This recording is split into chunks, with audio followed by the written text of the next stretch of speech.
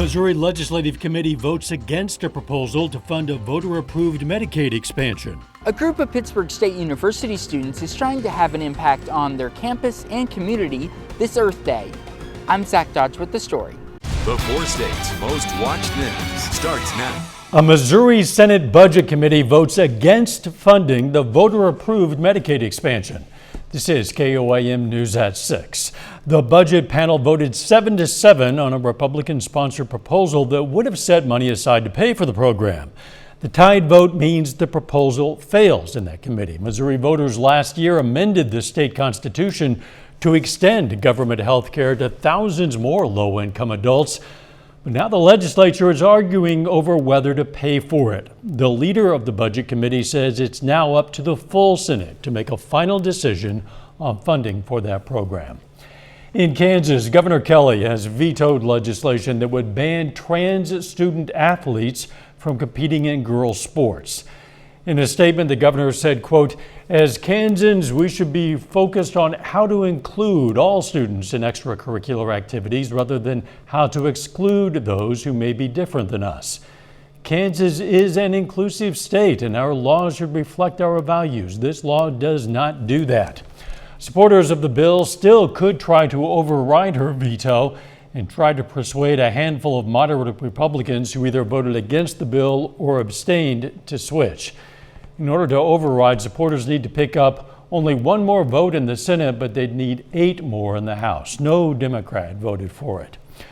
Oklahoma Governor Kevin Stitt has signed legislation to increase penalties for blocking roads and grant immunity to some motorists who kill or injure rioters. The measure is one of a series of proposals across the country aimed at cracking down on protesters. The bill makes it a misdemeanor punishable by up to a year in jail for demonstrators to block a public street. It also grants motorists criminal and civil immunity if they kill or injure someone while fleeing a riot. These protesters interrupted lawmakers at the state capitol yesterday in opposition to that bill. About 24 participants filed onto the 5th floor of the Capitol. They chanted "No justice, no peace" and "Black Lives Matter." A couple of protesters say they were asked to leave, and this video shows an apparent shouting match. After a few minutes, House lawmakers resumed their works. Law officers search for at least 3 more suspects following a series of drug raids in southeast Kansas. Warrants remained active for Kevin Pratt and Jessica Rogers from Iola and Timothy Misler from Chanute. They're among 12 suspects who were sought in KBI raids yesterday in Neosho County, Allen County, and Montgomery County, Kansas, following an 8-month-long investigation of drug crimes, including distribution of methamphetamine. One of the raids was at this location on North Garfield in Chanute, where officers say they found suspicious explosive devices. They've arrested a total of 9 people so far, 6 suspects from Chanute, 2 from Iola, 1 from Cherryvale. For a complete list of arrests and charges, go to our website, koamnewsnow.com. Doug Heddy joins us. A bit of a warm-up today, Doug. Yeah, a little bit warmer outside for us today, but the clouds have been increasing over the past couple hours, and now we have the showers, even a few embedded little thunderstorms pushing into our far western counties, and all this is going to push through as we go into the next several hours. Nothing strong, nothing severe, but a pretty good complex has been really getting going. You can see it increasing across northeastern parts of Oklahoma, and then leading edge really Independence up toward Fredonia and also Neodesha. So this is going to pass through as we go through the next several hours. Could have a few pockets of moderate to heavy rain, and then the heaviest is gone by midnight, and then we just kind of stick around with scattered showers late tonight into tomorrow morning, but then it starts to really pick up once again for us tomorrow. Temps right now into the upper 50s. We continue now to warm up over the next few days. So we're going to look at that plus all the rain here in just a bit. All right, we'll catch you then. Thanks, Doug. Students at Pittsburgh State University are trying to make a lasting difference this Earth Day. KOAM's Zach Dodge joins us live from the campus with more. A group of students are working on the PSU Campus Community Green Guide. The guide will highlight sustainability efforts on campus and in the community, and offer suggestions on how everyone can get involved.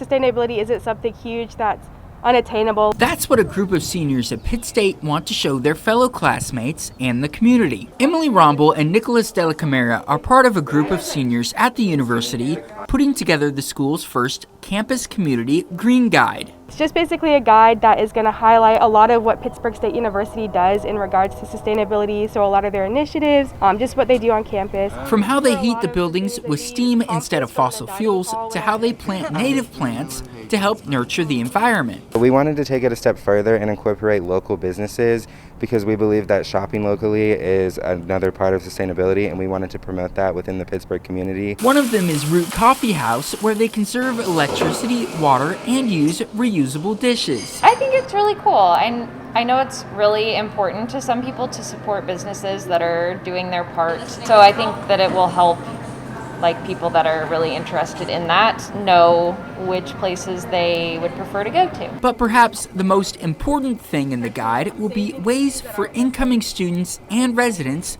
to be more sustainable. It's just everyday practices that you can do that will benefit you, the university, and the community. We believe that sustainability is the way of the future, and we hope that this guide is a step towards that.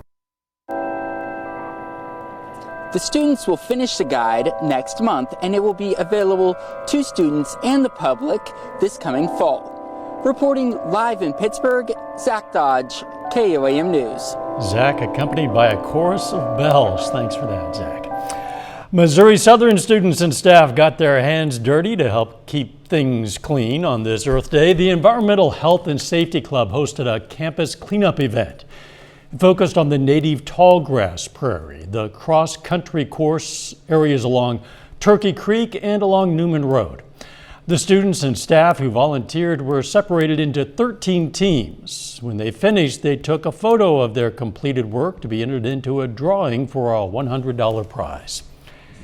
An Earth Day event at Via Christi in Pittsburgh served two purposes. One, to add to our region's collection of beautiful trees. The second, as a living memorial. The trees planted today along the north end of the hospital's parking lot honor the lives lost during the pandemic.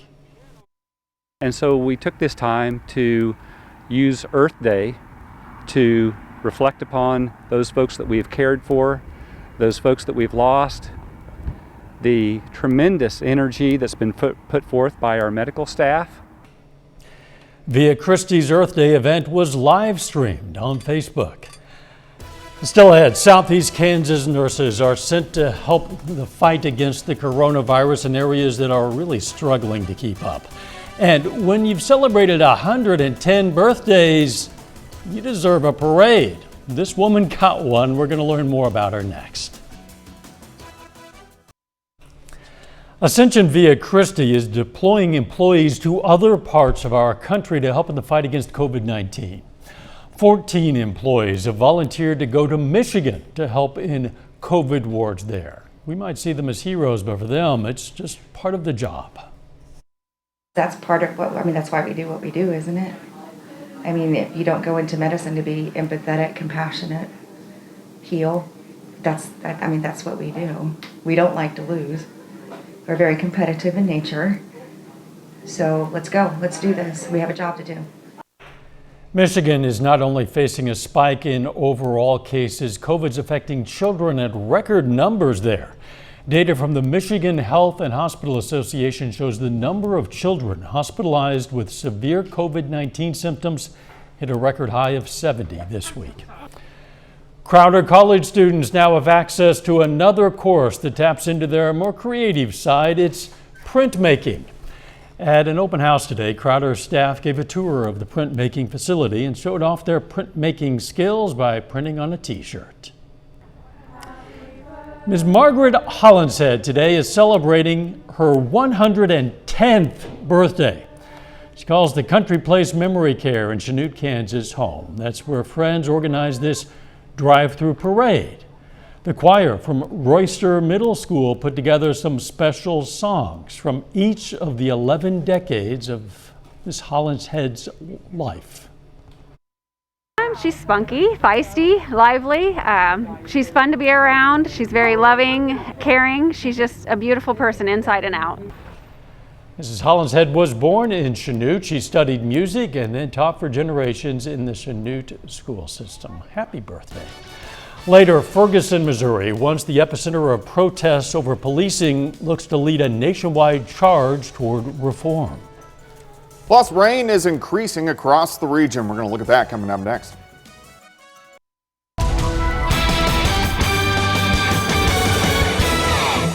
Well, it turned out to be a little bit warmer for us today. So we got up right around 60 degrees after another cold start, another freeze across the region, which should be our last one for the spring season. But temperatures at least better, but we should be into the 70s for highs this time of the year. Most of us are sitting upper 50s to near 60 once you get into northeastern parts of Oklahoma. Southerly winds kind of helping those temperatures out just a bit. You can see these south winds starting to increase, and this is going to be the case as we go through really about the next 24 hours. Those southerly winds really picking up. Look at the clouds. Most of us are still dry, but the rain will start to pick up over the next couple hours. 58 east winds at about 5 to 10. Humidity is low. Of course, that's going to pop right up once we start to get some showers across the region. We'll drop back through the 50s, upper 40s later on tonight, but again, we're going to have the rain increasing as we go through the evening hours. Picking up in our western counties, clouds have been increasing all day long, but now we got the showers, even a few random little embedded thunderstorms out there. Nothing strong, nothing severe, but definitely picking up on the Kansas and the Oklahoma side. We got showers really through northeastern parts of Oklahoma, over toward Bartlesville, and then we can head a little farther north, Independence, up toward Fredonia, and also Neodesha. Leading edge isn't reaching the ground, but this whole cluster is really going to push through as we go through the next several hours. This is just the first wave of this storm system, main system, spinning out near Las Vegas, which will kick out into the Central Plains over the next 36 hours, giving us plenty of rain. So look at the showers. Here's 9 p.m. This is moderate to heavy rain, even a few embedded thunderstorms. Again, nothing strong or severe, just good old rain. By midnight, heaviest will start to push east. We'll get a little bit of a lull, so just some random showers late tonight, and then showers pick up again through the daytime hours for us tomorrow. So we'll have on and off showers during the morning hours, and then thunderstorms will start to develop by the afternoon. So let's go into the early afternoon. Here's 2 p.m. These are going to be thunderstorms. Now, some of these could be strong, maybe low-grade severe. If they became low-grade severe, we'd mainly worry about winds and hail, but definitely heavy amounts of rain. So strong thunderstorms. Here's 5:30 tomorrow evening. Thunderstorms continue, so here's about 8 o'clock. Thunderstorms continue. Here's about midnight. Heaviest rain will be out of here after midnight. We'll have some leftover showers on Saturday morning, and then by Saturday afternoon, looks pretty good. Sunny skies will go into the mid-60s. But a lot of rain. A lot of areas are going to easily pick up 1, 2, maybe even 3 inches of rain, especially in those heavier bands that set up tomorrow afternoon and also tomorrow evening. So we want to watch out for that. Now, Sunday looks great. Mid-70s into lower 80s by Monday. And then our next storm system rolls out by Tuesday. And this is going to give us pretty good chances for more thunderstorms and even a severe threat. So we need to watch that over the next few days. 66 tomorrow, rain. 66 on Saturday, morning showers. 74 on Sunday, 82 by Monday. Wow, Sunday the day to get outside, it appears. Yeah, it'll be nice. You'll have to mow by then after all this rain. For sure. Thanks, Doug. Still ahead, the DOJ has launched an investigation into Minneapolis police policies following the conviction of former officer Derek Chauvin. Ferguson, Missouri went through a similar investigation and shared some advice for the Minneapolis PD and departments nationwide. Following the death of Michael Brown in 2014 in Ferguson, Missouri, a Justice Department investigation found discriminatory practices in that police department. The city of Ferguson entered a consent decree with the federal government in 2016, agreeing to make wholesale changes to policing in that city. It did, and now city leaders hope their experience can serve as a guide for police departments nationwide. Russell Kinsall has more. That small city sets an example with everything that it does and has done. And so absolutely Ferguson is an example. Wesley Bell is the St. Louis County prosecuting attorney, but in 2015, he was elected to the Ferguson City Council and appointed to the team to negotiate the consent decree with the Justice Department. Ferguson had one of the more comprehensive consent decrees, and so Ferguson's was very broad in the things that it covered. Here are some of the reforms mandated by the consent decree. The city of Ferguson has almost completed all reforms to its municipal court system. Officers are getting training in bias-free policing, and officers have started getting crisis intervention training. Here's Wesley Bell's advice for Minneapolis. This is going to be time-consuming, and it's going to be detailed, it's going to be thorough, and you need to come in with an open mind. An outside consultant reviewed the St. Louis City and County Police Departments and is helping implement recommended changes.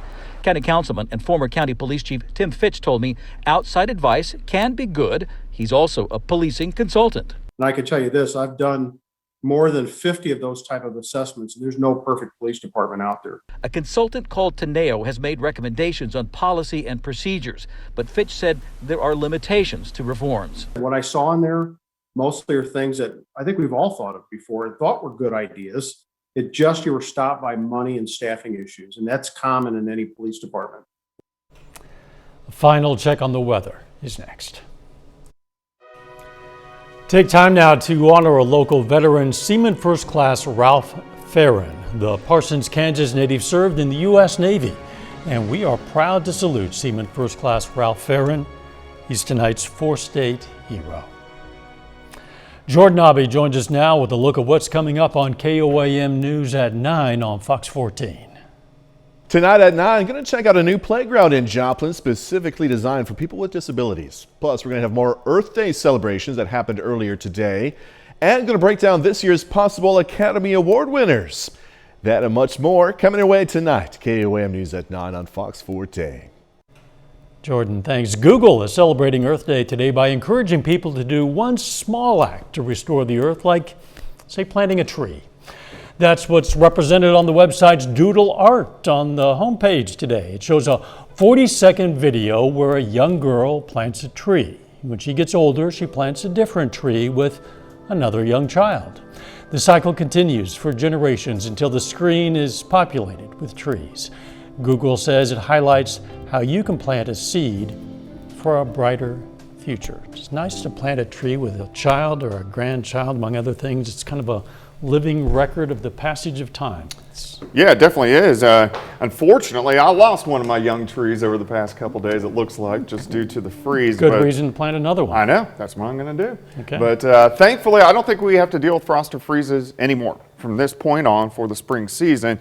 We may make a run at it late next week, but I don't think we'll hit it. 66 for us tomorrow. We're going to have rain throughout the entire day. Showers and thunderstorms, some strong ones tomorrow afternoon, tomorrow evening, and tomorrow night. Some leftover showers Saturday morning, but the bulk of the weekend looks pretty good. We start to warm up back to 82 by Monday. Thunderstorms again Tuesday. Thanks, Doug. Hey, to stay up to date on the latest news, weather, and sports, download the KOAM News app. Might as well. It's free. It's in the Apple App Store and the Google Play Store. All you have to do is search for KOAM News app. Thanks for joining us. We'll see you right back here at 10. In the meantime, let's take care of ourselves and each other.